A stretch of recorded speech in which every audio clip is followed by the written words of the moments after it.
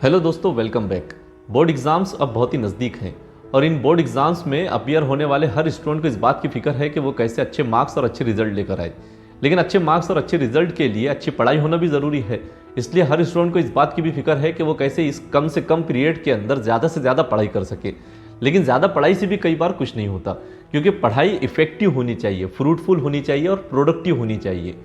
और इस तरह की पढ़ाई के लिए दुनिया भर के अंदर बहुत सारी टेक्निक्स मौजूद हैं, लेकिन स्टूडेंट्स को इन टेक्निक्स के बारे में पता ही नहीं होता। उन्हें पता ही नहीं होता कि इफेक्टिव स्टडी किस तरह से की जाए। और इसीलिए मैं आपके लिए ये वीडियो बना रहा हूँ कि जिसके अंदर मैं आपको 5 ऐसी टेक्निक्स बताने वाला हूँ कि जिनसे आप इफेक्टिव पढ़ाई कर सकते हैं, इफेक्टिव स्टडी कर सकते हैं, फ्रूटफुल स्टडी कर सकते हैं, ऐसी स्टडी कर सकते हैं कि जिससे आपके रिजल्ट अच्छा मिलेगा। और ऐसी ये टेक्निक्स हैं कि जिनकी वजह से आपका पढ़ाई के अंदर कंसंट्रेशन भी बना रहेगा और इस पढ़ाई के रिजल्ट्स भी बहुत अच्छे मिलेंगे। तो वीडियो को आखिर तक के ज़रूर देखते रहिए। तो पहली जो टेक्निक है तो वो पोमोडोरो टेक्निक है। अब ये बेसिकली एक टाइम मैनेजमेंट का मेथड है जिसमें हम किसी भी टास्क को एक साथ कई कई घंटों के लिए नहीं करते, बल्कि छोटे छोटे इंटरवल्स के अंदर उसको करते हैं। हम हमारे काम के छोटे छोटे सेशंस बना लेते हैं और ये जो इंटरवल, ये जो सेशन होता है, तो ये एक पोमोडोरो कहलाता है। और फिर एक सेशन को कंप्लीट करने के बाद में हम एक छोटा सा ब्रेक लेंगे। ब्रेक लेने के बाद में फिर वापस से काम पर लगेंगे, फिर ब्रेक लेंगे, फिर काम करेंगे। तो ये जो छोटे हमारे जो सेशंस होते हैं, ये जो इंटरवल्स होते हैं जिसके अंदर हम काम करते हैं, तो ये एक पोमोडोरो कहलाता है। इस तरह से काम करने के बहुत बड़े बड़े फायदे हमको देखने को मिलते हैं। इसका पहला फायदा तो ये होता है कि जब हम छोटे छोटे सेशंस के अंदर काम करते हैं तो फिर हम बोर नहीं होते, बोरियत नहीं होती, क्योंकि हम एक जैसे कई कई घंटों के लिए काम नहीं कर रहे। अब जब बोर नहीं होंगे तो दूसरा फायदा हमको ये होता है कि फिर इसकी वजह से हमारा फोकस और कॉन्सेंट्रेशन बहुत ज़्यादा बढ़ जाता है और इसकी वजह से हम अपने काम के ऊपर पूरी तरह से कॉन्सेंट्रेट कर पाते हैं। फिर जब कंसंट्रेशन और फोकस ज़्यादा होता है तो तीसरा फायदा ये होता है कि इससे हमारी प्रोडक्टिविटी बहुत ज़्यादा बढ़ जाती है, क्योंकि जब हमारा किसी भी काम के अंदर पूरी तरह से ध्यान लगता है, हमारा फोकस और कंसंट्रेशन बहुत अच्छा होता है, तो किसी भी काम को हम कम टाइम के अंदर कर सकते हैं। जिस काम को हमको 1 घंटा लगने वाला था उसको हम 15 मिनट के अंदर कर लेंगे। लेकिन जब फोकस और कंसंट्रेशन अच्छा नहीं होगा तो फिर छोटे से काम को भी बहुत टाइम देना पड़ता है, तो हमारी प्रोडक्टिविटी बहुत ज़्यादा बढ़ जाती है और हम किसी भी काम को कम से कम टाइम के अंदर बहुत ज़्यादा कर सकेंगे, कम से कम टाइम के अंदर ज़्यादा टास्क को कंप्लीट कर लेंगे। फिर इस टेक्निक का एक और फायदा ये भी होता है कि क्योंकि हम किसी भी काम को बहुत लंबे टाइम तक के नहीं कर रहे हैं, बल्कि उसको शॉर्ट ड्यूरेशन के लिए ही कर रहे हैं, तो इससे हमको थकावट महसूस नहीं होती, हमें फटीग नहीं होती और हम ज़्यादा देर तक के काम कर पाते हैं। और आखिरी फायदा ये होता है कि इस टेक्निक के अंदर हम क्या करते हैं कि किसी भी टास्क को कंप्लीट करने के लिए एक टाइम लिमिट सेट कर देते हैं कि इस इंटरवल के अंदर हमको ये काम कर लेना है। तो उसकी वजह से अर्जेंसी की फीलिंग आती है। हमको पता होता है कि इस सेशन के अंदर हमको ये टास्क कंप्लीट करना ही है, तो इसलिए अर्जेंसी की फीलिंग आती है। और जब अर्जेंसी की फीलिंग होती है तो फिर हम टास्क को कंप्लीट करके ही छोड़ते हैं। तो अब चलिए देखते हैं कि पोमोडोरो टेक्निक को हम स्टडीज़ के लिए कैसे यूज़ कर सकते हैं। तो आपको क्या करना है कि सबसे पहले तो अपना जो सब्जेक्ट है या जो भी टॉपिक आप पढ़ना चाहते हैं तो उसको सिलेक्ट कर लीजिए और फिर उस टॉपिक को या उस सब्जेक्ट को पढ़ने के लिए 25 मिनट का एक टाइमर सेट कीजिए और अपने स्टडी रूम में या फिर स्टडी टेबल पर बैठ जाइए और पूरे कंसंट्रेशन के साथ में 25 मिनट तक के सिर्फ और सिर्फ उसी एक टॉपिक पर या फिर उस सब्जेक्ट के ऊपर आप फोकस कीजिए और वहाँ पर डिस्ट्रैक्शंस को बिल्कुल भी मत होने दीजिए। डिस्ट्रैक्शंस को एलिमिनेट कर दीजिए, मोबाइल फ़ोन को बंद कर दीजिए, अपने रिश्तेदारों को, घर वालों को, सबको कह दीजिए कि इस 25 मिनट में आपको कोई भी डिस्टर्ब नहीं करेगा। तो पूरे कॉन्सेंट्रेशन के साथ में 25 मिनट तक के सिर्फ और सिर्फ उसी एक चीज़ के ऊपर फोकस कीजिए, कॉन्सेंट्रेट कीजिए। जब 25 मिनट का सेशन कंप्लीट हो जाएगा, टाइमर ख़त्म हो जाएगा, तो फिर 5 से 10 मिनट का एक गैप लीजिए, ब्रेक लीजिए और उस 5 से 10 मिनट के ब्रेक के अंदर आपको पढ़ाई बिल्कुल भी नहीं करनी है। किताब को बंद करके रख देना है, स्टडी मटेरियल को साइड में रख देना है और फिर उस 5 से 10 मिनट के ब्रेक के अंदर आपको या तो रिलैक्स करना है या फिर वॉकिंग करनी है या फिर घर वालों के साथ में बैठकर बातचीत कीजिए। जो कुछ भी आप कर सकते हैं रिलैक्स होने के लिए, तो उस 5 से 10 मिनट के ब्रेक के अंदर यही काम कीजिए। फिर जब ब्रेक का टाइम आपका खत्म हो गया, ये 5 से 10 मिनट का आपका ब्रेक खत्म हो गया, तो फिर से पढ़ाई के अंदर लग जाइए। फिर से 25 मिनट का टाइमर सेट कीजिए और 25 मिनट तक के फिर से पढ़ाई कीजिए। इस तरह से ये जो राउंड्स है तो आपको ये 4 बार करना है और 4 राउंड्स के बाद में आपको एक लंबा ब्रेक लेना है। तो ये लंबा ब्रेक आपका हो सकता है कि ये 15 से 30 मिनट का हो, आधे घंटे का हो, 15 मिनट का हो, जितना भी आप रख सकते हैं तो उतना ब्रेक इसको रखिए। और उस लॉन्ग ब्रेक के अंदर आपको फिर से रिलैक्सेशन करना है। जो काम भी आप दूसरा कुछ कर सकते हैं तो वो कीजिए, लेकिन पढ़ाई बिल्कुल भी मत कीजिए। इस तरह से क्या होगा कि आप हर ब्रेक के बाद में फिर से फ्रेश माइंड के साथ में पढ़ाई कर सकेंगे। अब यहाँ पर जो मैंने टाइमिंग जो भी बताया है, 25 मिनट का जो टाइम मैंने बताया है, 5 से 10 मिनट का जो टाइम बताया है, या फिर लॉन्गर ब्रेक के लिए 15 से 30 मिनट का जो टाइम मैंने आपको बताया है, तो ये सिर्फ एग्जाम्पल है, या फिर ये इसको ये कह सकते हैं आप कि ये आइडियल टाइमिंग बताई गई है। आप अपने हिसाब से इसको एडजस्ट कर सकते हैं। अगर कोई बहुत टफ अगर टॉपिक है जिसको पढ़ने के लिए अंदर आपको ज़्यादा टाइम लगने वाला है, तो आप लंबा उसके इंटरवल आप सेट कीजिए, आप ज़्यादा देर के लिए उसकी पढ़ाई कीजिए और उसके बाद में थोड़ा सा लंबा ब्रेक ले लीजिए। तो आप अपने हिसाब से इसके टाइमिंग्स को एडजस्ट कर सकते हैं। तो इस टेक्निक को जरूर यूज करके देखिए। दूसरी जो टेक्निक है तो वो फेनमैन टेक्निक है।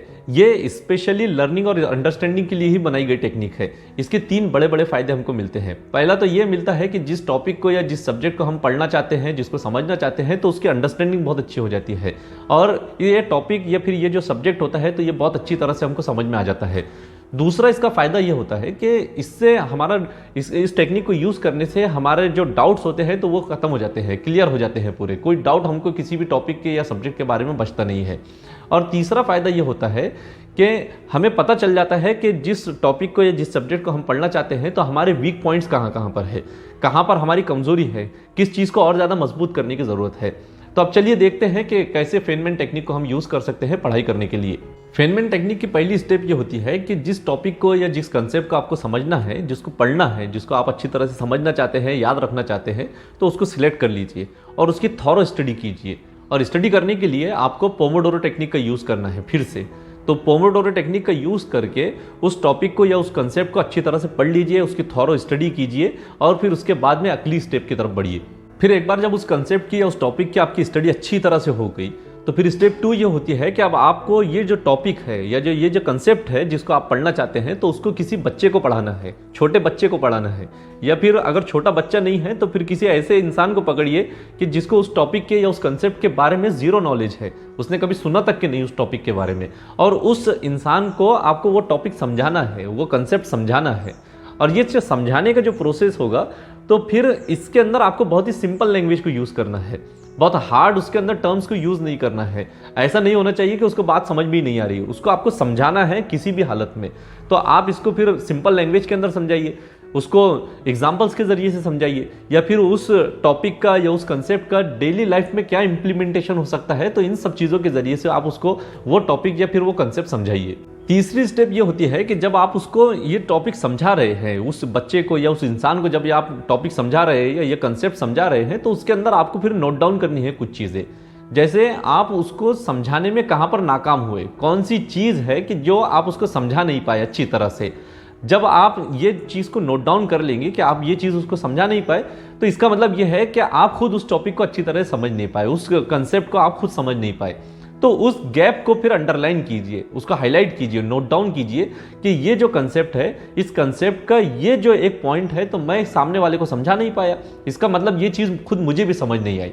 और जब आपको समझ में नहीं आई तो फिर आपको क्या करना है कि उस चीज़ को दोबारा पढ़ना है, दोबारा पढ़ के वो जो गैप आ गया था अंडरस्टैंडिंग के अंदर, तो उस गैप को आपको फिलअप करना है।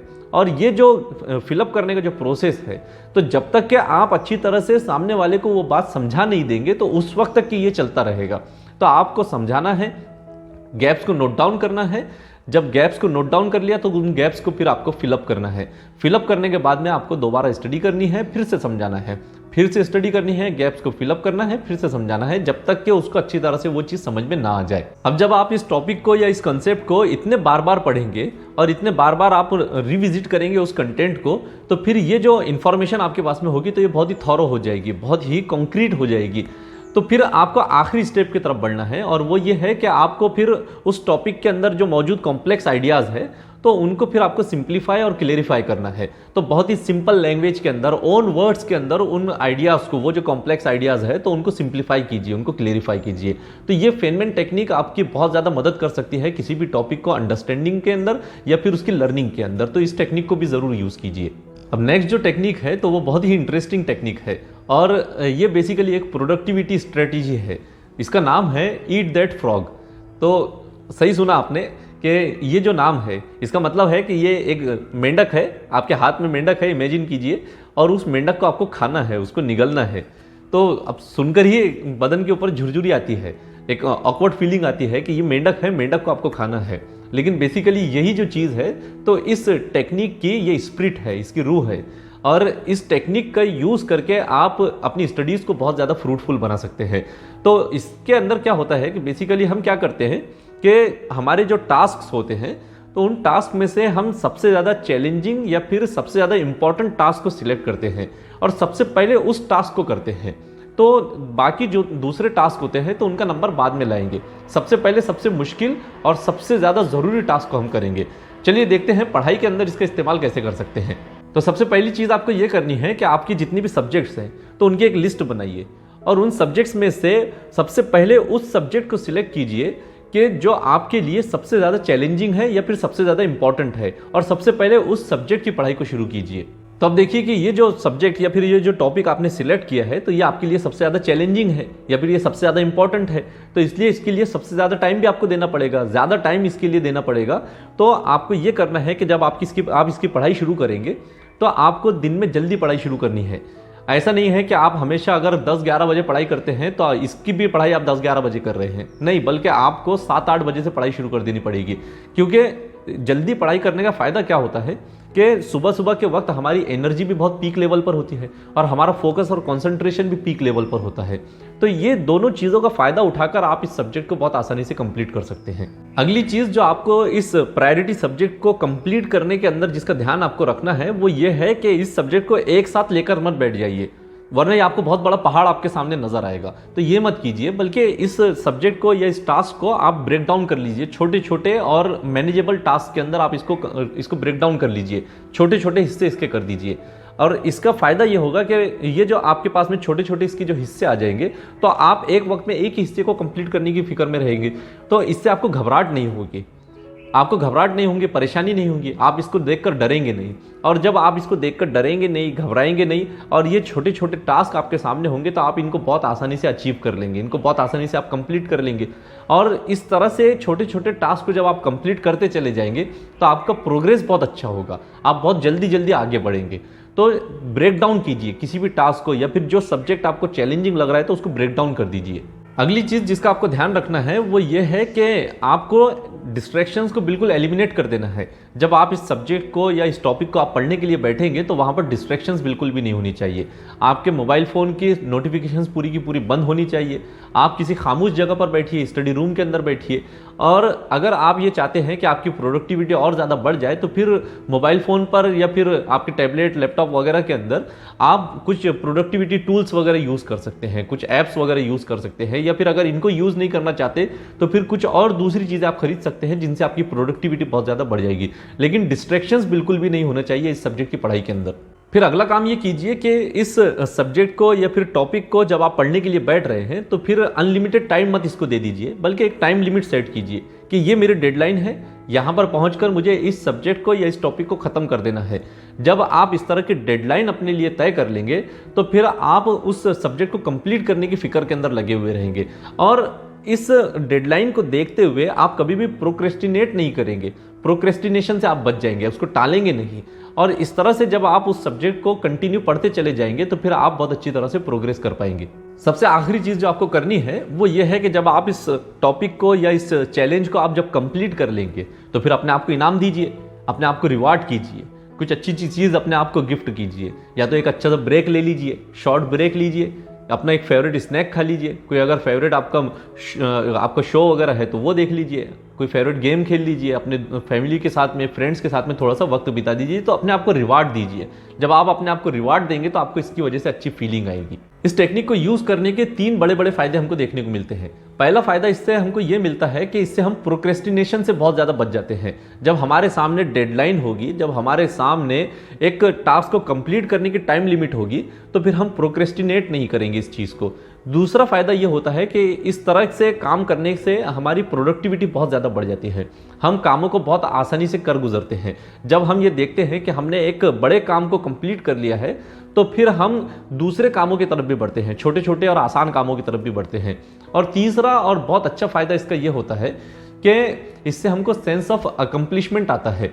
हम जब ये देखते हैं कि हमने एक मुश्किल काम को बहुत आसानी से कर लिया, छोटे छोटे टुकड़ों में तोड़कर उसको कर लिया, तो फिर हमें ये लगता है कि एक बड़े काम को हमने आसानी से कर लिया तो छोटे काम भी हम कर सकते हैं। तो हमें फिर अपने आप पर फख्र महसूस होता है, प्राउड फील करते हैं। तो इस तरह से हम और भी काम करने के लिए तैयार हो जाते हैं। अगली जो टेक्निक है तो वो बेसिकली एक सिस्टम है जिसे लाइटनर सिस्टम कहते हैं। और ये जो टेक्निक या फिर ये जो सिस्टम है तो ये चीज़ों को याद करने के लिए यूज़ की जाती है, मेमोराइज करने के लिए। और मैं ये साफ साफ आपको कह रहा हूँ कि ये चीज़ों को रट्टा मारने के लिए यूज़ की जाती है। तो आपको जिन सब्जेक्ट्स को रट्टा मारना पड़ता है या जिन चीज़ों को आपको रट्टा ही मारना पड़ता है तो उनके लिए आप इस टेक्निक को यूज़ कर सकते हैं। अब इसका तरीका क्या होता है, तो आपको 5 बॉक्सेस लेने हैं, 5 अलग अलग बॉक्सेस लीजिए और उसके ऊपर नंबर्स डालिए 1 से 5 तक के। और ये जो बॉक्सेस है तो ये समझ लीजिए कि बॉक्स नंबर 1 जो है तो वो इजी है और बॉक्स नंबर 5 जो है तो वो सबसे टफ है। तो ये आपको क्या करना है कि जिन चीज़ों को आपको याद करना है, जो चीज़ें भी आप याद करना चाहते हैं, मेमोराइज करना चाहते हैं, तो उन सब चीज़ों को अलग अलग कार्ड्स के ऊपर लिख लीजिए, फ्लैश कार्ड्स वगैरह के ऊपर उनको लिख लीजिए और उन सब चीज़ों को लाकर बॉक्स नंबर 1 के अंदर रख दीजिए। फिर बॉक्स नंबर 1 में आप जितनी भी चीज़ें हैं तो उन सब को अच्छी तरह से याद कीजिए, मेमोराइज कीजिए, उनको रट्टा मारिए। और जब उनको आप अच्छी तरह से याद कर लेंगे तो फिर सारे के सारे कार्ड्स को वापस से रख दीजिए बॉक्स नंबर 1 में। बॉक्स नंबर 1 में रखने के बाद में अगले दिन आइए, अगले दिन आने के बाद में फिर से याद करने की कोशिश कीजिए कि बॉक्स नंबर 1 में आपने कौन कौन सी चीज़ें याद की थी। आपको उनमें से जितनी चीज़ें याद आ जाएंगी, जो कार्ड्स आपको बहुत आसानी से याद आ जाएंगे, उन सबको शिफ्ट कीजिए बॉक्स नंबर 2 के अंदर। जब आप उनको बॉक्स नंबर 2 में शिफ्ट करेंगे तो फिर इसका मतलब ये हुआ कि ये आपको अच्छी तरह से याद हो गए। जो चीज़ें लेकिन याद नहीं आ पाई तो उनको रहने दीजिए बॉक्स नंबर 1 के अंदर ही। और इस तरह से आप फिर अगले दिन आएंगे, अगले दिन फिर से याद करने की कोशिश कीजिए कि बॉक्स नंबर 1 में कौन कौन सी चीज़ें हैं। अगर वो याद आ जाती है तो उनको शिफ्ट कीजिए बॉक्स नंबर 2 में, याद नहीं आती तो रहने दीजिए बॉक्स नंबर 1 के अंदर। फिर बॉक्स नंबर 2 की चीज़ों को याद कीजिए, अगर बॉक्स नंबर 2 की चीज़ें याद आ जाती है तो उनको शिफ्ट कीजिए बॉक्स नंबर 3 में। याद नहीं आती तो फिर या तो उनको बॉक्स नंबर 2 के अंदर ही रहने दीजिए, या फिर अगर आपको ऐसा लग रहा है कि याद ही नहीं हुई बिल्कुल भी तो उसको फिर से डाल दीजिए बॉक्स नंबर 1 के अंदर। इस तरह से जो चीज़ें आपको याद होती जाएंगी तो धीरे धीरे करके वो शिफ्ट होती जाएंगी बॉक्स नंबर 1 से बॉक्स नंबर 5 तक के। जब जो चीज़ें बॉक्स नंबर 5 तक के पहुंच गई तो आप खुद महसूस करेंगे ये चीज़ें आपको बहुत थॉरोली याद हो गई, आप इनको कभी भी भुला नहीं पाएंगे। तो ये टेक्निक मेमोराइजेशन के लिए बहुत ही बेहतरीन है। आप इसको अलग अलग सब्जेक्ट्स को और सब्जेक्ट्स के अंदर मौजूद अलग अलग टॉपिक्स को याद करने के लिए ज़रूर यूज़ करके देखिए। 5वीं और सबसे आखिरी जो टेक्निक है तो वो है SQ3R। तो ये बेसिकली एक ऐसी टेक्निक है कि जिसके अंदर आप जो आपका स्टडी मटेरियल है, जो आपकी बुक है, तो उसमें से आप इंफॉर्मेशन को अंडरस्टैंडिंग के लिए और उसको याद करने के लिए आप यूज़ कर सकते हैं। SQ3R एक शॉर्ट फॉर्म है, एक्रोनिम है, जिसका जो फुल फॉर्म होता है तो वो है सर्वे, क्वेश्चन, रीड, रिसाइट और रिव्यू। अब चलिए देखते हैं डिटेल में कि इसके जरिए से हम पढ़ाई कैसे कर सकते हैं। सबसे पहले सर्वे को समझते हैं। तो सर्वे के अंदर बेसिकली हम क्या करते हैं कि जिस चीज़ को भी हम पढ़ना चाहते हैं, जो टॉपिक हम पढ़ना चाहते हैं, तो उसके स्टडी मटेरियल जो हमारे सामने होगा, जो बुक वगैरह हमारे सामने होगी, तो हम सबसे पहले ये देखेंगे कि इस बुक के अंदर उस टॉपिक से रिलेटेड जो हेडिंग्स आई हैं, जो सब हेडिंग्स आई हैं, जो इंपॉर्टेंट पॉइंट्स आए हैं, जो बुलेट पॉइंट्स आए हैं या फिर क्वेश्चंस वगैरह जो आए हैं, तो हम सिर्फ और सिर्फ उसके ऊपर एक सरसरी नज़र डाल देंगे। हम सिर्फ देखेंगे कि इसके अंदर क्या क्या चीज़ें इसके ताल्लुक से आई हैं और सिर्फ सर्वे करके हम उसको रख देंगे। दूसरी जो चीज़ है तो वो है क्वेश्चन। तो अब क्वेश्चन का मतलब क्या है कि जो हमने हेडिंग्स, जो सब हेडिंग्स, जो बुलेट पॉइंट्स हमने देखे हैं तो उनको क्वेश्चंस के अंदर कन्वर्ट करना, या फिर और ज़्यादा अगर इसको मैं स्पेसिफाई करके बोलूँ तो इसका ये मतलब है कि मैं इन हेडिंग्स और सब हेडिंग्स से मैं क्या समझना चाहता हूँ, मैं क्या सीखना चाहता हूँ, तो मैं वो क्वेश्चंस बना लूँगा। तो जैसे मिसाल के तौर पर फिजिक्स है, for example, just for example physics. तो फिजिक्स में जो हेडिंग नज़र आ गई तो उस हेडिंग से मैं क्या समझना चाहता हूँ, तो मैं सबसे पहले लिख दूंगा कि व्हाट इज़ फिजिक्स। ये पहले सबसे पहला क्वेश्चन मेरा हो जाएगा। दूसरा मैं क्वेश्चन ये बनाऊंगा कि मैं फिजिक्स को कैसे इंप्लीमेंट कर सकता हूँ अपनी डेली लाइफ के अंदर। तो इस तरह से मैं क्वेश्चंस बना लूंगा। फिर जब एक बार इन सब चीज़ों के क्वेश्चंस तैयार हो गए, हमारी हेडिंग्स, हमारी सब हेडिंग्स, हमारे बुलेट पॉइंट्स के जब क्वेश्चंस तैयार हो गए, तो फिर अब हम रेफर करेंगे फिर से उसी बुक को, और उस बुक के अंदर से अब हम तलाश करेंगे हमारे सवालों के जवाब। जिस सवाल का भी जवाब हमको उसके अंदर से चाहिए तो हम देखेंगे कि इसके अंदर इसका जवाब मौजूद है या नहीं है। अगर मौजूद है तो फिर हम उसकी नोट्स निकालेंगे, उसको हाईलाइट करेंगे, उसको अंडरलाइन करेंगे, एक्टिवली इंगेज होंगे उस स्टडी मटेरियल के साथ में और देखेंगे कि हमारे सवालों के कितने जवाब हमको इसके अंदर से मिल गए और उसको हम कितनी अच्छी तरह से समझ पाए। फिर जब रीडिंग हो गई तो रीडिंग के बाद में आता है रिसाइट। रिसाइट के अंदर हमको क्या करना है कि अब जो हमारी बुक है तो उसको क्लोज कर देना है, बंद कर देना है, और बंद करने के बाद में अब हमको याद करना है अपने दिल से कि हमने कौन कौन सी चीज़ें उसके अंदर से पढ़ी थी। फिर जो क्वेश्चंस हमने तैयार किए थे उसके जो आंसर्स हमको मिले तो वो आंसर हमें याद है कि नहीं है। अगर याद है तो बहुत अच्छी बात है, अगर याद नहीं है तो फिर हमको नोट डाउन करना है कि कौन कौन सी चीज़ें हमको याद नहीं आई, कहाँ पर हमारे गैप रह गया, कौन सी चीज़ें हमको अच्छी तरह से समझ नहीं आई। तो ये सब चीज़ों को हमको रिसाइड करके देखना है कि हमको कौन कौन सी चीज़ें समझ में आ गई, कौन सी चीज़ें याद है, कौन सी चीज़ें याद नहीं है, किन चीज़ों को दोबारा पढ़ने की ज़रूरत है। और सबसे आखिरी जो चीज़ होती है तो वो रिव्यू है। इसका ये मतलब है कि आपने एक मरतबा जब पढ़ लिया, अच्छी तरह से उसको समझ लिया, हर चीज़ आपको अच्छी तरह से याद भी हो गई, तो आपको उस चीज़ को छोड़ नहीं देना है हमेशा के लिए। ऐसा नहीं है कि आपको छोड़ देना है उसको, बल्कि हर थोड़े दिन के बाद में आपको रिविजिट करना है अपने उस स्टडी मटेरियल की तरफ। आपको दोबारा देखना है, अपनी इंफॉर्मेशन को दोबारा आपको अपडेट करना है। इससे क्या होगा कि आपकी जो इन्फॉर्मेशन है तो वो कॉन्क्रीट होती चली जाएगी, आप उसको भूलेंगे नहीं कभी भी, वो आपकी लॉन्ग टर्म मेमोरी के अंदर जाकर फिट हो जाएगी। तो ये रिव्यू है, रिव्यू के अंदर आपको दोबारा जाकर देखना है, हर थोड़ी दिन के बाद में पलट पलट कर उस चीज़ की तरफ वापस से जाना है और उसको दोबारा पढ़कर आपको देखना है। अब ये जो टेक्निक है SQ3R जो टेक्निक है, तो ये ऐसी नहीं है कि आप इसके अंदर सिर्फ पैसिव रीडिंग करके इस टेक्निक को यूज़ कर सकते हैं, बल्कि इस टेक्निक की जो बेसिक है, इस टेक्निक की जो असल स्पिरिट है तो वो एक्टिव लर्निंग है। आपको मटेरियल के साथ में इंगेज होना पड़ेगा, आपको मटेरियल का हिस्सा अपने आप को बना देना पड़ेगा, चीज़ों को बार बार हाईलाइट करना पड़ेगा, उसकी नोट्स निकालनी पड़ेगी, अंडरलाइन करना पड़ेगा, आपको खुद से रिकॉल करके देखना पड़ेगा। तो आपको एक्टिव रीडिंग करना बहुत ज़रूरी है, एक्टिव लर्निंग को अपनाना पड़ेगा इसके लिए। तो ये है वो कुछ टेक्निक्स के जिनको यूज़ करके आप अपनी स्टडीज़ को बहुत ज़्यादा इफेक्टिव और फ्रूटफुल बना सकते हैं, जिनकी वजह से आपका रिजल्ट अच्छा बन सकता है। ऐसी टेक्निक्स हैं कि जिनकी वजह से आपकी जो स्टडीज़ है तो बहुत ज़्यादा प्रोडक्टिव बन सकती हैं। आप इन टेक्निक्स का यूज़ करके अपने रिजल्ट को बहुत हाई लेवल तक के लेकर जा सकते हैं। अगर वीडियो पसंद आया तो इसे अपने दोस्तों के साथ में शेयर जरूर कीजिए और हमारे चैनल को सब्सक्राइब भी कीजिए। मिलते हैं अगले वीडियो में एक और इंटरेस्टिंग टॉपिक के साथ में।